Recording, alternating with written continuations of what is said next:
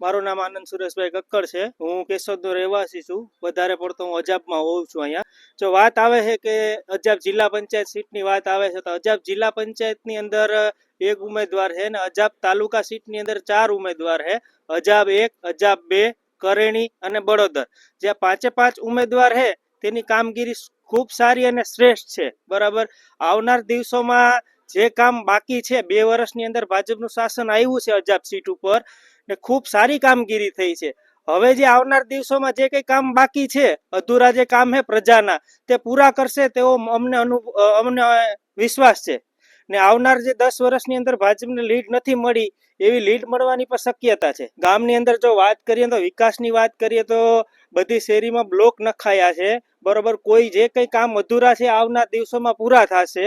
Light પાણી જેવી જે જરૂરિયાત વ્યવસ્થા છે એ બધી સંપૂર્ણ રીતે પૂર્ણ થશે અને થઈ છે।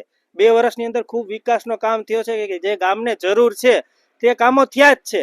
કેવા ઉમેદવારો જીતશે? ઉમેદવારો જે ભાજપે 5 ઉમેદવારને ટિકિટ આપી છે, અજાબ જિલ્લા પંચાયત 1, અજાબ જિલ્લા પંચાયત 2, કરેણી અને બળોદર ને જિલ્લા પંચાયતની જે ટિકિટ છે નાનુભાઈ માકડિયાને આપવામાં આવેલી છે। આ પાંચે પાંચ ઉમેદવાર છે એ શ્રેષ્ઠ ઉમેદવાર છે અને ખૂબ સારા ઉમેદવાર છે ને જે ઉમેદવાર જે આવ્યા છે, જે ભારતીય જનતા પાર્ટીએ જે ભરોસો મૂકીને એને ટિકિટ આપી છે તો પ્રજાને એની ઉપર વિશ્વાસ છે અને જંગી બહુમતીથી જીતશે અને ખૂબ સારા ઉમેદવારોને મૂકવામાં આવ્યા છે આ વખતે અજાબ સીટ ઉપરથી।